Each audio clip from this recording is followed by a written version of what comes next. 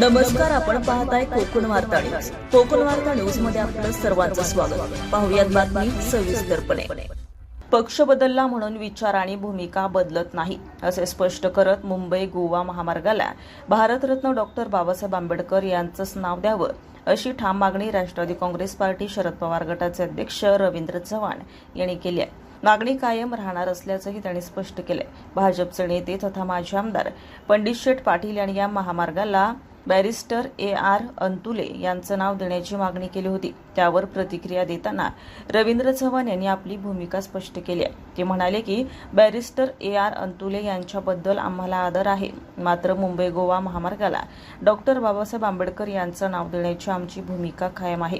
ही मागणी पंडित शेठ पाटील किंवा इतर कुणीही केली असती तर आम्ही विरोध केला नसता. रवींद्र चव्हाण यांनी पुढे सांगितलं की डॉक्टर आंबेडकर यांनी मुंबई गोवा महामार्गावरून अनेकदा प्रवास केला.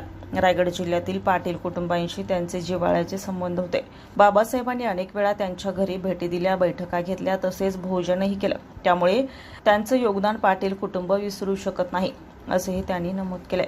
डॉक्टर आंबेडकर यांचा वैचारिक वारसा या कुटुंबाला लाभलेला आहे. मात्र भाजपमध्ये गेल्यानंतर पंडित शेठ पाटील हे RSSच्या अजेंड्यावर काम करत असून समाजात तेढ निर्माण करण्याचा प्रयत्न करत आहेत. मुस्लिम मतबँक वाढवण्याच्या राजकारणातून ही मागणी पुढे आणली जात असल्याची शंका आहे, असा आरोपही रवींद्र चव्हाण यांनी केला आहे. ब्युरो रिपोर्ट, कोकण वार्ता न्यूज, महाड.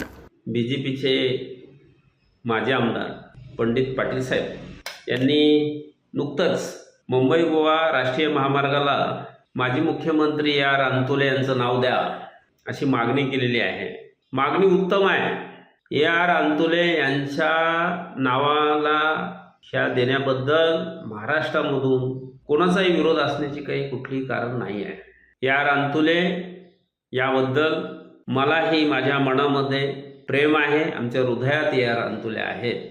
परंतु पंडित पाटील साहेब या मार्गाला, मुंबई गोवा या राष्ट्रीय महामार्गाला पुरोगामी विचाराच्या आणि विरोधी पक्षाच्या लोकांनी महामानव भारतरत्न डॉक्टर बाबासाहेब आंबेडकरांचं नाव द्या, अशी गेली 2-3 वर्षापासूनची मागणी केलेली आहे. ज्यावेळेला या रस्त्याला मोठमोठे खड्डे होते, आता रस्ता पूर्ण होत आल्यानंतर आपण मुस्लिम वोट बँक मिळवण्याकरता जर ही मागणी करत असाल तर आपल्याला या प्रश्नाचंही उत्तर द्यावं लागेल की आपला पंडित पाटील हे व्यक्तिगत तुम्ही म्हणून किंवा तुमचा पक्ष म्हणून तुमचा आंबेडकरांना विरोध आहे का? ताज्या बातम्या आणि नवनवीन घडामोडी पाहण्यासाठी आजच आमच्या कोकण वार्ता